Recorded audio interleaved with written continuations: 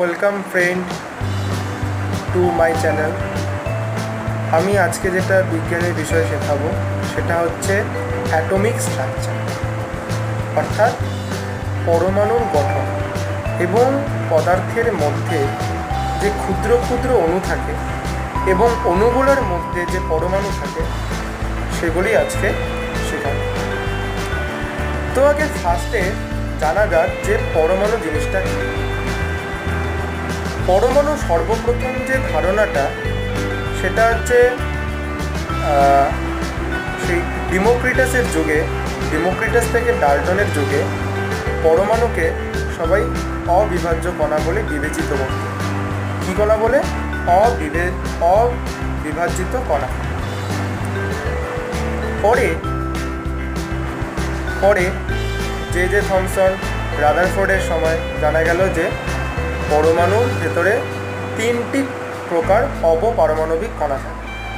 সেই 3টি অবপারমাণবিক কণার নাম হচ্ছে প্রোটন, নিউট্রন ও ইলেকট্রন। কি? প্রোটন, নিউট্রন ও ইলেকট্রন। প্রোটন ধনাত্মক চার্জযুক্ত, ইলেকট্রন ঋণাত্মক চার্জযুক্ত, নিউট্রন নিস্তেজ। এবং সর্বপ্রথম যে কণাটি আবিষ্কৃত হয় সেটা হচ্ছে ইলেকট্রন।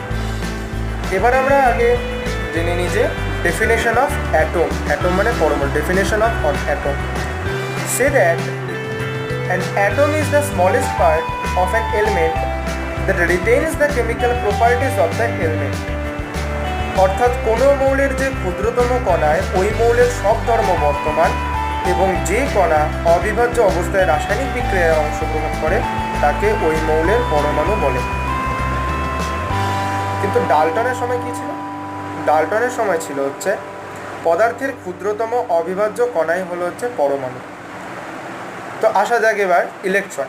তো সর্বপ্রথম যে কণাটি আবিষ্কৃত হয় সেটা আমি আগে যে বলেছি সেটা হচ্ছে ইলেকট্রন। এবার এই ইলেকট্রনটা কিভাবে আবিষ্কৃত হলো সেটা একবার দেখে নেওয়া যাক। এই ইলেকট্রনটা ক্যাথোড রশ্মির মধ্যে আবিষ্কৃত হয়। তো বিজ্ঞানী উইলিয়াম ক্রুকস একটা তড়িৎমক্ষণ নল নেন, যেটাকে ইংলিশে বলা হয় ডিসচার্জ টিউব। কি বলা হয়? Discharge tube. তখন সেই সালটি ছিল হচ্ছে 1878। সেই 1878 সালে বিজ্ঞানী উইলিয়াম ক্রুকস একটি কাচনল বা মোক্ষণ নল নেন। এই মোক্ষণ নলে দুটি তড়িৎদ্বার, এক পাশে লাগানো হচ্ছে ঋণাত্মক তড়িৎদ্বার এবং আরেক পাশে লাগানো হচ্ছে ধনাত্মক তড়িৎদ্বার। এবং মধ্যেকার যে বায়ুটা ছিল সেই যে বায়ুটা ছিল 0.01 মিলিমিটার পারস্তম্ভের সমান। এবং সেই তড়িৎদ্বার দুটির মধ্যে 10,000 ভোল্টের বিভব প্রভেদ সৃষ্টি করে। কি করে? 10,000 ভোল্টের বিভব প্রভেদ সৃষ্টি করে। এবং দেখেন যে ক্যাথোড রশ্মি থেকে ক্যাথোড প্রান্ত থেকে অ্যানোড প্রান্তর দিকে এক প্রকার অদৃশ্য রশ্মি যাতায়াত করছে। সেটি তিনি ফলো করে দেখেন, সেটি হচ্ছে লম্বা হয়, সেটি হচ্ছে সরলরৈখিক গতিবেগ এবং সেই গতির অভিমুখে যদি কোনো পাখা লাগানো হয় তাহলে সেই পাখার যে চাকাটি থাকে সেই চাকাটি ঘুরতে থাকে। এ থেকে তিনি আসতে পারেন যে এই রশ্মিটি ভর সম্পন্ন ক্ষুদ্র ক্ষুদ্র কণার সমন্বয়ে গঠিত। এবং তিনি আরও দেখেন যে তড়িৎ ক্ষেত্র এবং চৌম্বক ক্ষেত্রে দেখেন যদি সেই রশ্মিটির গতিপথে ঋণাত্মক তড়িৎ বা চৌম্বক ক্ষেত্র নিই তাহলে দেখা যায় যে রশ্মিটি ঋণাত্মক তড়িৎদের বিপরীতে বেঁকে ধনাত্মক তড়িৎদ্বারে যাচ্ছে। ঋণাত্মক তড়িৎদ্বারের ওপর দিয়ে বেঁকে ধনাত্মক তড়িৎদ্বারে যাচ্ছে। এ থেকে তিনি আসতে পারেন এই অদৃশ্য রশ্মিটা হচ্ছে ঋণাত্মক কণা দ্বারা গঠিত। এই ঋণাত্মক কণার প্রথমে নাম হয় নেগেট্রন এবং জে থমসন পরে নাম দেন ইলেকট্রন। এটা হলো ইলেকট্রন।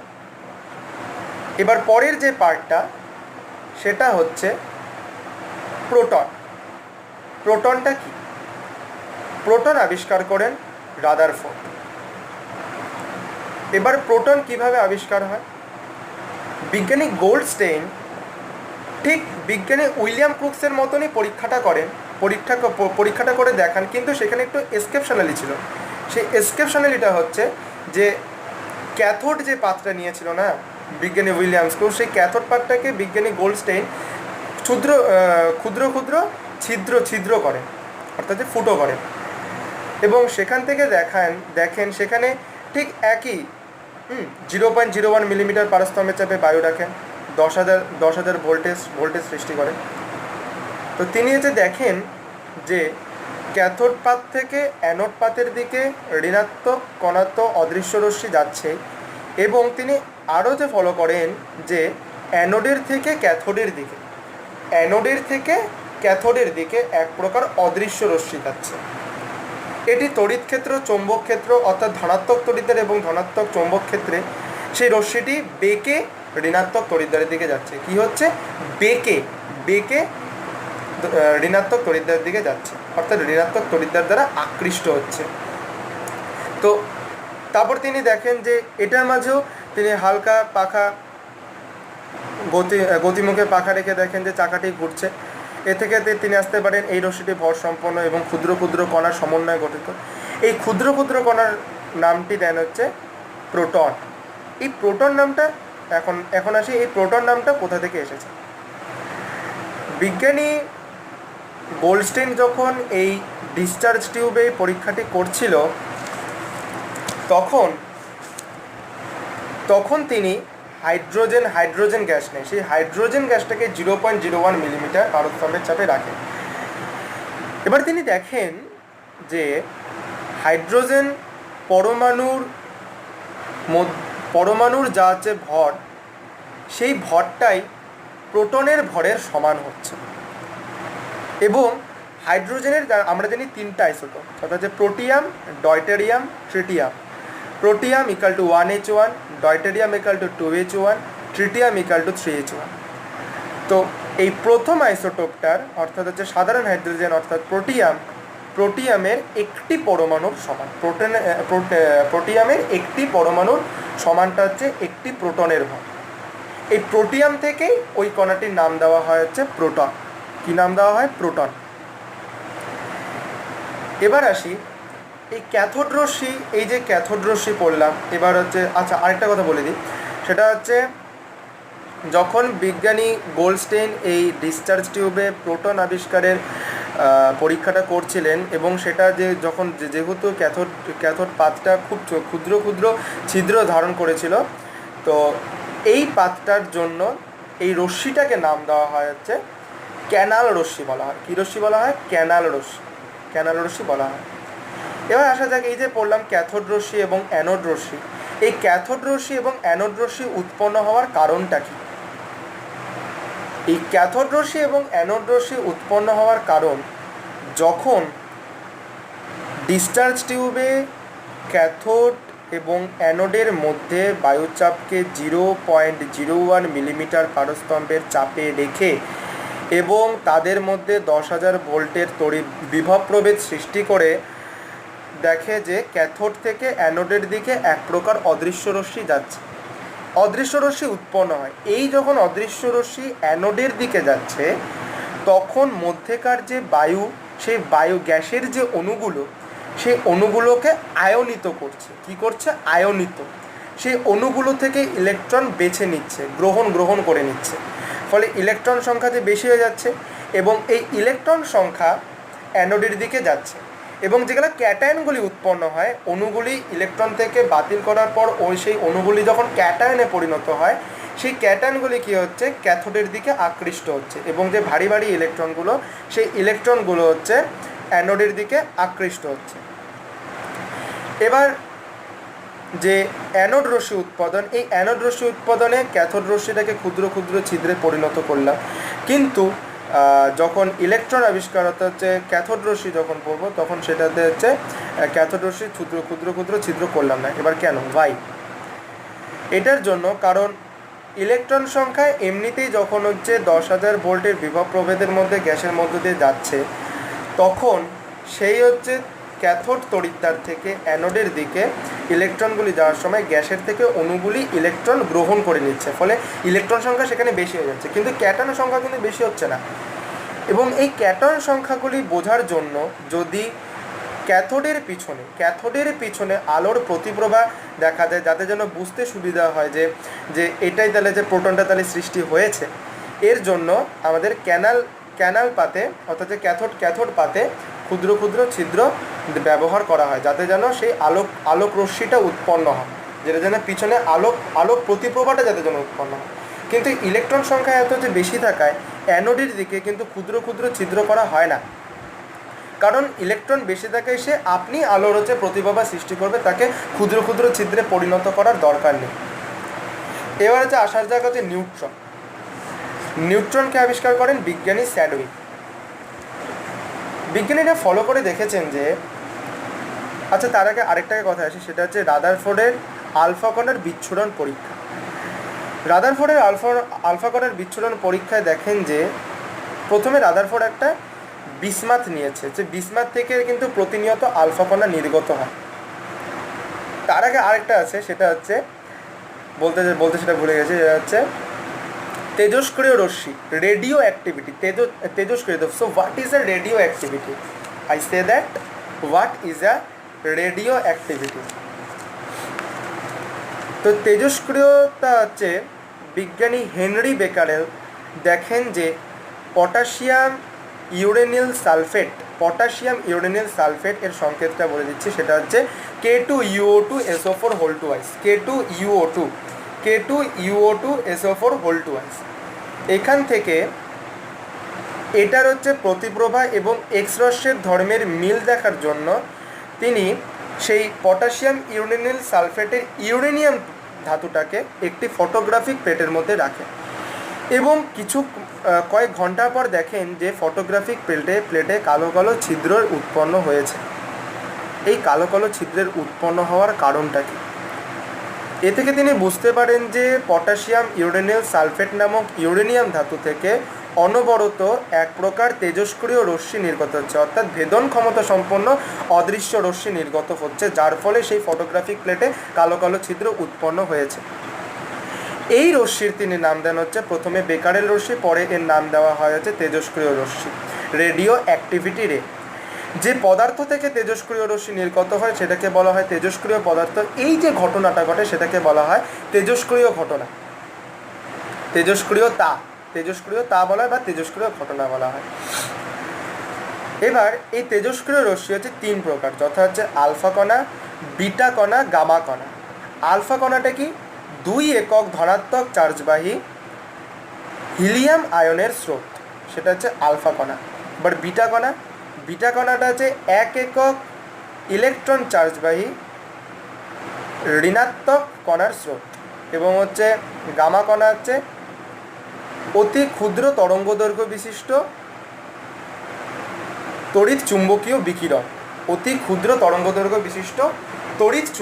বিকিরণ। এবার যেটা রাদারফোর্ড যেটা করেছিলেন সেটা হচ্ছে বিসমাথ। সেই বিসমাথ থেকেও কিন্তু প্রতিনিয়ত আলফা কণা নির্গত, বিসমাথ থেকে আলফা কণা নির্গত হয়। তো এই বিসমাথ থেকে আলফা কণা নির্গমনের সাহায্যে পরীক্ষার সময় তিনি দেখেন যে প্রথমে একটা বিসমাথ পদার্থ রাখেন, সেই বিসমাথের পর সোনার পাত রাখেন, খুব পাতলা সোনার পাত, সেটা হচ্ছে 0.0004 মিলিমিটার পুরু হয়, 0.0004 মিলিমিটার পুরু হয়। সেই সোনার পাতকে আঘাত করে এবং সেই সোনার পাতের পিছনে জিঙ্ক সালফাইডের প্রলেপ দেওয়া একটি পর্দা রাখেন। কি রাখেন? জিঙ্ক সালফাইডের প্রলেপ দেওয়া একটি পর্দা রাখেন। এখানে থাকে বিসমাথ, এইখানে থাকে সোনার পাত, এইখানে থাকে হচ্ছে জিঙ্ক সালফাইডের প্রলেপ দেওয়া একটি পর্দা। এটা হচ্ছে স্ট্রাকচার রাদারফোর্ডের। তো এই বিসমাথ থেকে যখন আলফা কণা নির্গত হচ্ছে তখন সেই সোনার পাতে ধাক্কা খাচ্ছে, কিন্তু তিনি দেখেন যেহেতু আলফা কণা ভেদন ক্ষমতা সম্পন্ন এক প্রকার অদৃশ্য রশ্মি, সেহেতু সোনার পাতটা ভেদ করে জিঙ্ক সালফাইডে প্রতিফলিত হচ্ছে। এরকম হওয়ার কারণটা কি? কারণ আমরা আগে যে পড়েছি যে আলফা কণা ভেদন ক্ষমতা সম্পন্ন, তাই যে কোনো ধাতুকে ভেদ করতে পারে, সেহেতু সোনার ধাতুকেও ভেদ করছে। আমি যদি সোনার পাতটাকে যদি আরও পাতলা করি তাহলে সেদিক থেকে ভেদন ক্ষমতা সম্পন্ন পরীক্ষাটা খুব ভালো মতো বোঝা যাবে। এবার সোনার হচ্ছে পাতটা যখন হচ্ছে ভেদ করছে তখন তিনি দেখেন যে সেই অদৃশ্য রশ্মিগুলি সোজা গিয়ে সোনার পাতটাকে ভেদ করে জিঙ্ক সালফাইডের পর্দায় প্রতিফলিত হচ্ছে, এবং কিছু কিছু আলফা কণা অল্প কোণে বিক্ষেপিত হয়ে সোনার পাত ভেদ করে জিঙ্ক সালফাইডের প্রলেপে বিক্ষেপিত হচ্ছে।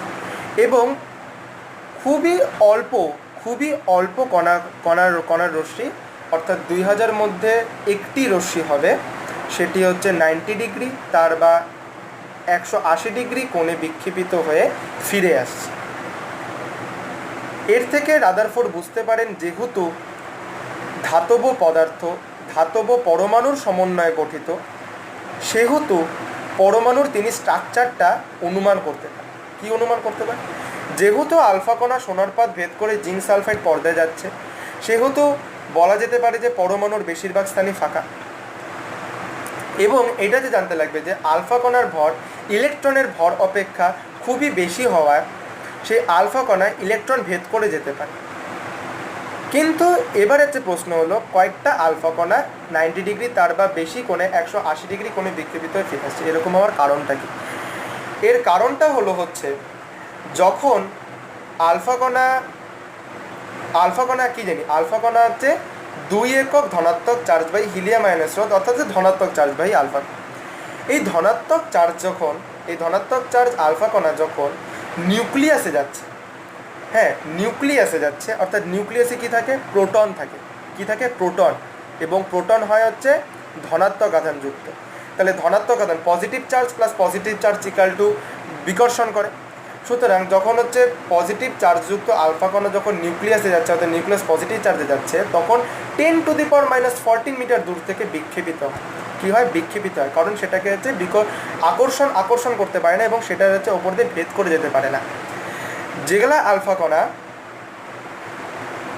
নিউক্লিয়াসের কাছ দিয়ে যায়, সেগুলি অল্প কোণে বিক্ষেপিত, অর্থাৎ হচ্ছে আলফা কণা যত নিউক্লিয়াসের কাছাকাছি আসে তত আলফা কণার বিক্ষেপণের কোণটা তত হচ্ছে বেশি হয়, এবং বেশি হতে হতে তা একসময় ফিরেই আসে। এ থেকে তিনি বুঝতে পারেন যে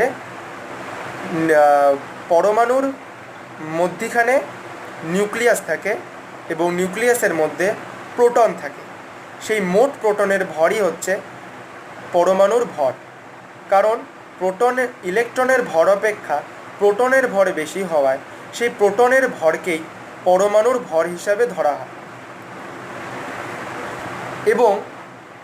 এবং ইলেকট্রনগুলি আলফা কণার ভরের অপেক্ষা খুবই নগণ্য হওয়ায় ইলেকট্রন ভেদ করে আলফা কণা যেতে পারে, এবং এ থেকে জানা যায় যে পরমাণুর বেশিরভাগ স্থানই ফাঁকা। এবার আসা যাক হচ্ছে ডিসকভার অফ নিউট্রন, অর্থাৎ হচ্ছে নিউট্রন আবিষ্কার। এবার এই নিউট্রন আবিষ্কার কে করেন? নিউট্রন আবিষ্কার করেন হচ্ছে বিজ্ঞানী স্যাডউইক। এর আগে বিজ্ঞানীরা ফলো করে দেখেছেন যে আগে বিজ্ঞানীরা কি জানতো যে পরমাণুর মোট প্রোটনের ভরই হচ্ছে, পরমাণুতে উপস্থিত মোট প্রোটনের ভরই হচ্ছে, সেটা হচ্ছে পরমাণুর ভর, এবং হচ্ছে মোট প্রোটনটা নিউক্লিয়াসে উপস্থিত থাকে, অর্থাৎ হচ্ছে পরমাণুর ভর সেই নিউক্লিয়াসেই উপস্থিত থাকে, অর্থাৎ নিউক্লিয়াস থাকে মধ্যিখানে, এবং সেই মধ্যিখানে পরমাণুর ভর উপস্থিত থাকে। ইলেকট্রন ভরকে পরমাণুর ভর ধরা হয় না। এখন প্রশ্ন হলো যে প্রোটনের ভর যদি পরমাণুতে উপস্থিত প্রোটনের ভর যদি 2 হয়, তাহলে দেখা যাচ্ছে যে পরমাণুতে ভর হচ্ছে 4। এটা কি করে সম্ভব? এর জন্য বিজ্ঞানী রাদারফোর্ড অনুমান করেছেন যে এর ভিতরে এমন কোনো কণা আছে যার সাথে যার ভরের সাথে প্রোটনের ভরের যোগফল করলে সেই পরমাণুর ভরটা পাওয়া যাবে। এই কণার নাম দেওয়া, এই কণার বিজ্ঞানী রাদারফোর্ডের ছাত্র বিজ্ঞানী স্যাডউইক এই কণার নাম দেন হচ্ছে নিউট্রন।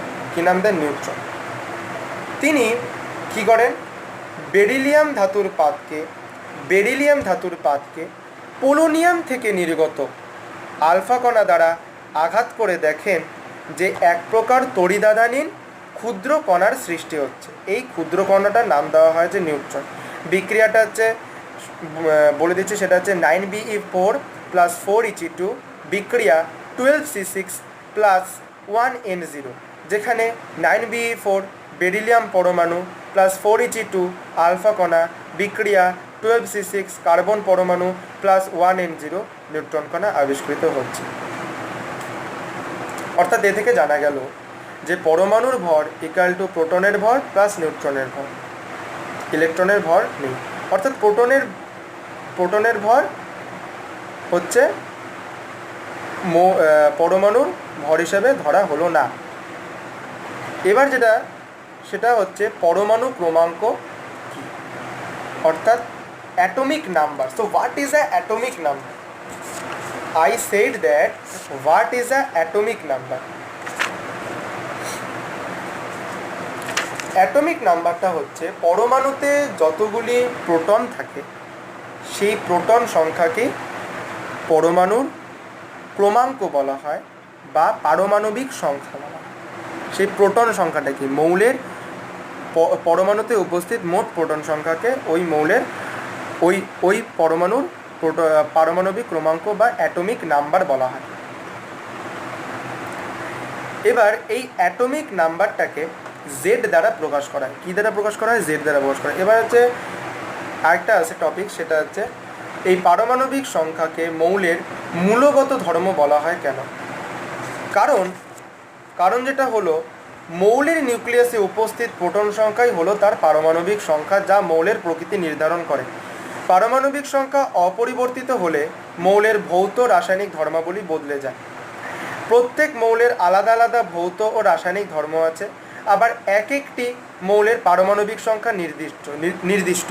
দুটি ভিন্ন মৌলের পারমাণবিক সংখ্যা কখনোই এক হতে পারে না। তাই পারমাণবিক সংখ্যা দিয়ে মৌলকে শনাক্ত করা হয়। এই কারণে পরমাণু ক্রমাঙ্ক বা পারমাণবিক সংখ্যাকে মৌলের মূলগত বা স্বকীয় ধর্মের নির্ণায়ক বলা হয়। কি বলা হয়? মৌলের মূলগত ধর্ম বা স্বকীয় ধর্মের নির্ণায়ক বলা হয়। এখন হচ্ছে আসা যাক অ্যাটমিক মাস ইউনিট, তথা হচ্ছে পরমাণুর ভর সংখ্যা কি। কোনো মৌলের পরমাণুতে উপস্থিত প্রোটন সংখ্যা, কোনো মৌলের পরমাণুতে উপস্থিত প্রোটন সংখ্যা প্লাস নিউট্রন সংখ্যা ইকাল টু হয় হচ্ছে ভর সংখ্যা কি। কোনো মৌলের পরমাণুতে উপস্থিত প্রোটন সংখ্যা প্লাস নিউট্রন সংখ্যা ইকাল টু হয় হচ্ছে ভর সংখ্যা। এই ভর সংখ্যাকে এ অক্ষর দ্বারা প্রকাশ করা হয়। তাহলে আমরা লিখতে পারি এ ইকাল টু, অর্থাৎ ভর সংখ্যা ইকাল টু প্রোটন সংখ্যা প্লাস নিউট্রন সংখ্যা, যেখানে এ equal to Z plus neutron সংখ্যা, জেড প্লাস নিউট্রন সংখ্যা। এখন যদি ভর সংখ্যা এবং পারমাণবিক সংখ্যার ডিফারেন্সটা জানতে চাই, তাহলে হবে হচ্ছে A equal to Z plus neutron সংখ্যা, Z equal to A minus neutron সংখ্যা, নিউট্রন সংখ্যা equal to A minus Z. এবার হচ্ছে আসা যাক আইসোটোপ, আইসোবার, আর একটা হচ্ছে আইসোটোপ। আইসোটোপকে সমস্থানিক বলা হয় এবং আইসোবারকে সমভর বলা হয়। কি বলা হয়? সমভর বলা হয়। আমি আবার ইংলিশে বলে দিচ্ছি isotope. Atom of a given element having same Z but different A are called isotope and are denotes as. To note that since the number of electrons are named, the isotope of the same element are almost identical is chemical behavior, but their physical properties differ to some extent. অর্থাৎ isotope বলতে পরমাণুতে একই মৌলের পরমাণুগুলিতে যদি পরমাণু ক্রমাঙ্কটা এক হয়, তাহলে সেই তিনটি মৌলকে পরস্পরের আইসোটোপ বলা হয়। কি বলা হয়? আইসোটোপ। যেরকম প্রোটিয়াম, হাইড্রোজেনের প্রোটিয়াম, ডয়টেরিয়াম, ট্রিটিয়াম, যেখানে 1H1 2H1 3H1। এখানে প্রোটন সংখ্যাটা কি? প্রোটন সংখ্যাটা প্রোটিয়ামের 1 থাকছে, ডয়টেরিয়ামের 1 থাকছে এবং ট্রিটিয়ামের 1 থাকছে। সেখানে এগুলো তাহলে যে পরস্পরের, সেটা হচ্ছে আইসোটোপ। এবার হচ্ছে আইসোবারটা কি? ভিন্ন মৌলের পরমাণুতে যদি ভর সংখ্যা এক হয়, তাহলে পরস্পরের সেই দুটি মৌলের পরস্পরকে আইসোবার বা সমভর বলা হয়। যেরকম 40AR18 40CA20, যেখানে 40 অর্থাৎ হচ্ছে ভর সংখ্যা, তাহলে এয়ারের ভর হচ্ছে 40 এবং ক্যালসিয়ামের ভর হচ্ছে 40। এবার আইসোটোন কাকে বলা হয়? আইসোটোনটা হচ্ছে ভিন্ন প্রোটন সংখ্যা কিন্তু একই নিউট্রন সংখ্যা বিশিষ্ট ভিন্ন মৌলের পরমাণুর আইসোটোন করে। তাহলে এই আইসোটোপ, আইসোবার, আইসোটোন, এই তিনটি আইসোটোপ করেন হচ্ছে বিজ্ঞানী স্টডি। কে করেন? বিজ্ঞানী স্টডি।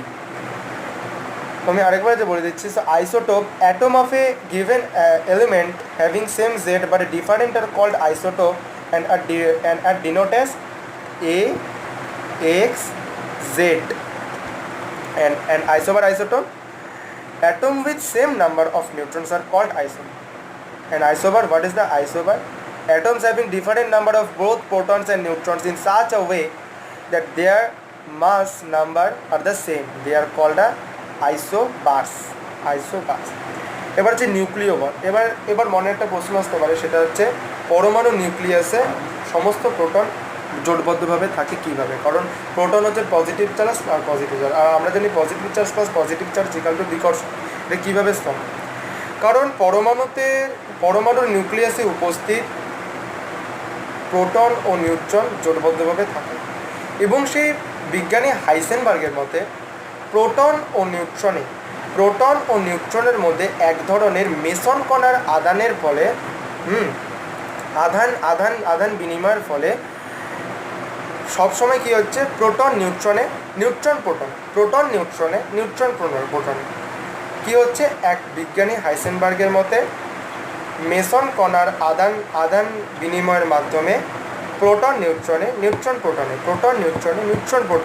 উৎপন্ন হচ্ছে। এর ফলে একটা শক্তিশালী জোটের উৎপন্ন হচ্ছে, একটি শক্তিশালী জোটের উৎপন্ন হচ্ছে, যা নিউক্লিয়াসকে স্থিতি বজায় রাখতে সাহায্য করে। এটাই হচ্ছে নিউক্লিয় বল। আজকে এখানে আমার ভিডিওটি শেষ করলাম। আপনাদের ভালো লাগলে প্লিজ সাবস্ক্রাইব অ্যান্ড লাইক করুন।